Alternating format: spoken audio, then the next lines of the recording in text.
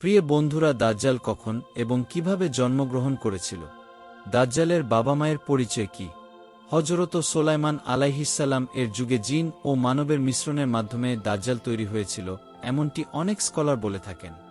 আজ খুবই তথ্যবহুল ভিডিও নিয়ে হাজির হয়েছি, তাই ভিডিওটি অবশ্যই শেষ পর্যন্ত দেখতে ভুলবেন না। কিয়ামতের পূর্বে এক ভয়ঙ্কর দাঙ্গা ও ফিতনার আবির্ভাব ঘটবে, যার ভয় প্রতিটি যুগের মানুষের মধ্যে পাওয়া যায়। যদি কখনো সাহাবীদের মধ্যে এই ফিতনা ফাসাদের কথা আলোচিত হতো, তাহলে তারা কান্নায় ভেঙে পড়তেন এবং আল্লাহর কাছে আশ্রয় চাইতেন। বন্ধুগণ, হুজুরে পাক সাল্লাল্লাহু আলাইহি ওয়াসাল্লাম এরশাদ করেছেন যে কিয়ামত সেই পর্যন্ত আসবে না যতক্ষণ না দাজ্জাল পৃথিবীতে আসে। দাজ্জালের আগমনের চিহ্ন ও তার চেহারার ব্যাপারে হুজুর সাল্লাল্লাহু আলাইহি ওয়াসাল্লাম এরশাদ করেছেন, দাজ্জাল হবে খাটো ও কুৎসিত, এক চোখ অন্ধ হবে, দুই পা বাঁকা হবে, তার শরীরে প্রচুর পরিমাণে লোম থাকবে, তার মাথার চুল হবে কোকড়ানো এবং তার গায়ের রং হবে লাল বা বাদামি।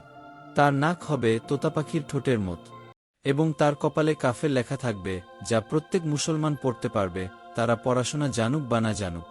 তবে কাফের ও ফাসিকরা তা পড়তে পারবে না, তারা যতই শিক্ষিত হোক না কেন। দাজ্জাল যখন পৃথিবীতে আসবে, তখন সে মানুষের সামনে নিজেকে সৎ ও ধার্মিক হিসেবে উপস্থাপনা করবে, যাতে মানুষ তার কথা বিশ্বাস করে, কিন্তু ভিতরে সে কাফিরদের মতো নির্দয় হবে। প্রথমে সে নবী হওয়ার দাবি করবে এবং যখন তার অনুসারীরা বৃদ্ধি পাবে, তখন সে নিজেকে খোদা বলে দাবি করবে। দাজ্জাল এক বিশাল বাহনে করে পৃথিবী জুড়ে ঘুরে বেড়াবে, যার দুই কানের মধ্যবর্তী দূরত্ব হবে প্রায় 120 ফুট। বন্ধুগণ, দাজ্জালের কাছে অসীম শক্তি, সম্পদ এবং ধনভাণ্ডার থাকবে। পৃথিবীর বেশিরভাগ নদী ও নালার উপর তার অধিকার থাকবে। তার অনুমতি ছাড়া কেউ পানি পান করতে পারবে না। দাজ্জাল মানুষকে বিভ্রান্ত করার জন্য নানা রকমের জিনিস দেখাবে। সে আকাশকে আদেশ করবে এবং তারা বৃষ্টি ঝরাবে, এবং জমিনকে আদেশ করলে তারা নানা ধরনের ফসল উৎপাদন করবে, এমন গাছপালা, শাকসবজি ইত্যাদি। সেই সময় দাজ্জাল নিজেকে খোদা বলে ঘোষণা করবে এবং যারা তাকে খোদা মানবে তাদেরকে সে প্রচুর ধন সম্পদ দান করবে, আর যারা তাকে খোদা হিসেবে মানতে অস্বীকার করবে তাদেরকে হত্যা করবে। দাজ্জাল বিদ্যুতের গতির চেয়েও দ্রুত পৃথিবীতে ঘুরে বেড়াবে এবং পৃথিবীর প্রতিটি কোনায় কোনায় যাবে। সেই সময়ে সমস্ত কাফির ও ইসরায়েলরা তার অনুসরণ করবে, কিন্তু প্রকৃত মুসলমানরা তাকে চিনতে পারবে এবং তাকে খোদা হিসেবে মানতে অস্বীকার করবে। দাজ্জাল যখন পৃথিবীর সমস্ত স্থানে দাঙ্গা ফ্যাসাদ ঘটিয়ে মক্কা ও মদিনার দিকে যাবে, তখন তাকে মক্কায় প্রবেশ করতে বাধা দেওয়া হবে। মদিনায় প্রবেশের চেষ্টাও ব্যর্থ হবে। তখন সে মক্কা ও মদিনার বাইরে দাঁড়িয়ে ভয়ঙ্কর চিৎকার করবে, যা শুনে মক্কা ও মদিনায় যে সকল অবিশ্বাসী থাকবে, তারা তার আওয়াজ শুনে বের হয়ে দাজ্জালের অনুসারী হয়ে যাবে। দাজ্জাল 40 দিন পর্যন্ত এই পৃথিবীতে থাকবে। এরপর ইমাম মাহদী আলাইহিসসালাম ও হযরত ঈসা আলাইহিসসালাম তার সঙ্গে যুদ্ধ করবেন। দাজ্জালের বাহিনী মুসলমানদের তুলনায় অনেক বেশি শক্তিশালী হবে এবং সেই সময়ে মুসলমানদের সঙ্গে দাজ্জালের বাহিনীর মধ্যে একটি বিশাল যুদ্ধ হবে। এই যুদ্ধে দাজ্জাল পরাজিত হবে এবং তার বাহিনীকে বিশাল পরাজয়ের সম্মুখীন হতে হবে। দাজ্জাল ঈসা আলাইহিসসালামকে ভয় পেয়ে প্যালেস্টাইনের দিকে পালাবে এবং ঈসা আলাইহিসসালাম তাকে বাবেলুদ নামক স্থানে ধাওয়া করে আল্লাহর নির্দেশে তাকে হত্যা করবেন।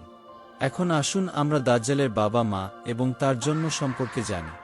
দাজ্জালের জন্ম সম্পর্কে বিভিন্ন বর্ণনা পাওয়া যায়, যেমন রাসূলুল্লাহ সাল্লাল্লাহু আলাইহি ওয়াসাল্লাম যুগে যখন মুসলমানরা মক্কা থেকে মদিনায় হিজরত করছিলেন, সেই সময় মদিনায় এক ইহুদি নারী এক শিশুর জন্ম দেয়, যে জন্মগতভাবে এক চোখে কানা ছিল। এই শিশু ছিল অদ্ভুত প্রকৃতির এবং শৈশবে মদিনার অন্যান্য শিশুদের সঙ্গে খেলত। ধীরে ধীরে এই শিশু পরিচিত হতে শুরু করে এবং সে নিজেকে নবী হিসেবে দাবি করতে শুরু করে। তার মা যখন এই বিষয়ে জানতে পারেন, তখন তিনি রাসূলুল্লাহ সাল্লাল্লাহু আলাইহি ওয়াসাল্লামের কাছে যান এবং তাকে সবকিছু জানান। একদিন রাসূলুল্লাহ সাল্লাল্লাহু আলাইহি ওয়াসাল্লাম সাহাবীদের সঙ্গে ওই শিশুর বিষয় জানার জন্য তার বাড়ির দিকে রওনা হন। তখন পথে তিনি দেখতে পান ওই শিশু আনসারী শিশুদের সঙ্গে খেলা করছে। ওই শিশুটির নাম ছিল ইবনে ছায়াত। তখন ইবনে ছায়াত ছিল কিশোর, কিন্তু সে এখনও পুরোপুরি যুবক হয়নি। রাসূলুল্লাহ সাল্লাল্লাহু আলাইহি ওয়াসাল্লাম তার দিকে এগিয়ে যান, কিন্তু ইবনে ছায়াত তা টের পায়নি। রাসূলুল্লাহ সাল্লাল্লাহু আলাইহি ওয়াসাল্লাম তার পিঠে এক থাপ্পড় দিয়ে তাকে জিজ্ঞাসা করলেন, তুমি কি স্বীকার করো যে আমি আল্লাহ রাসূল? ইবনে ছায়াত রাসূলুল্লাহর দিকে তাকিয়ে বলল, আমি স্বীকার করি যে আপনি আল্লাহর রাসূল।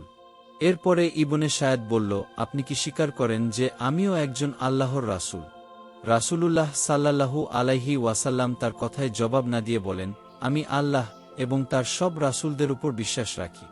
এরপর রাসূলুল্লাহ সাল্লাল্লাহু আলাইহি ওয়াসাল্লাম ইবনে সাদকে জিজ্ঞাসা করেন, তুমি কি দেখছ? ইবনে সায়েদ জবাব দিল, আমি সমুদ্রের উপর একটি সিংহাসন দেখছি। তখন রাসূলুল্লাহ সাল্লাল্লাহু আলাইহি ওয়াসাল্লাম বলেন, এটি শয়তানের কারসাজি। ইবনে সাইজাদ আরও জানায়, তার কাছে কিছু সত্য এবং কিছু মিথ্যা খবর আসে। এটা শুনে রাসূলুল্লাহ সাল্লাল্লাহু আলাইহি ওয়াসাল্লাম বললেন, তাহলে তোমার বিষয়টা অস্পষ্ট হয়ে গেছে। এরপর রাসূলুল্লাহ সাল্লাল্লাহু আলাইহি ওয়াসাল্লাম তাকে বলেন, আমি তোমার জন্য একটি লুকানো কথা রেখেছি। ইবনে সায়েদ বলেন, ওটা দোকান যার মানে ধোয়া। তখন রাসূলুল্লাহ সাল্লাল্লাহু আলাইহি সাল্লাম বলেন, তুমি তুচ্ছ ও অপমানিত।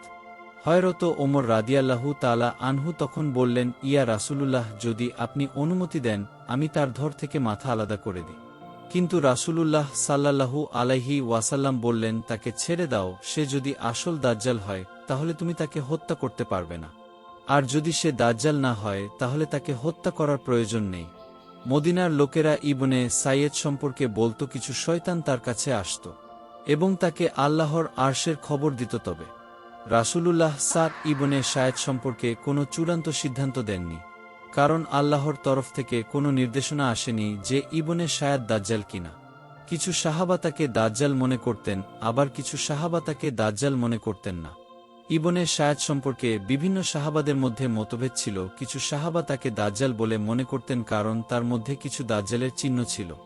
অনেক মুফাসসিরাও বলেন যে ইবনে সাইদি হল সেই ব্যক্তি যে কিয়ামতের নিকট দাজ্জাল হয়ে বের হবে।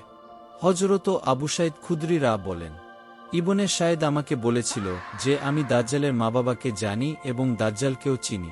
তখন হযরত আবু সাঈদ রাদিয়াল্লাহু তাআলা আনহু তাকে জিজ্ঞাসা করেন, তুমি কি এটা পছন্দ করো যে তুমি দাজ্জাল হও?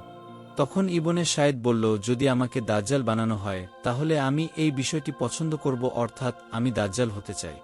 কিছু মুফাসসির বলেছেন যে ইবনে সায়েদ দাজ্জাল নয়, কারণ পরে সে ইসলাম গ্রহণ করেছে, বরং দাজ্জাল হযরত সুলাইমান আলাইহিস সালাম এর যুগে জিন ও মানবের মিশ্রণের মাধ্যমে তৈরি হয়েছিল। তার মা বাবাকে হত্যা করা হয় এবং দাজ্জালকে এক দ্বীপে বন্দী করা হয়। সেই দ্বীপে আজও বন্দী রয়েছে এবং শয়তানরা তাকে সব খবর দেয়।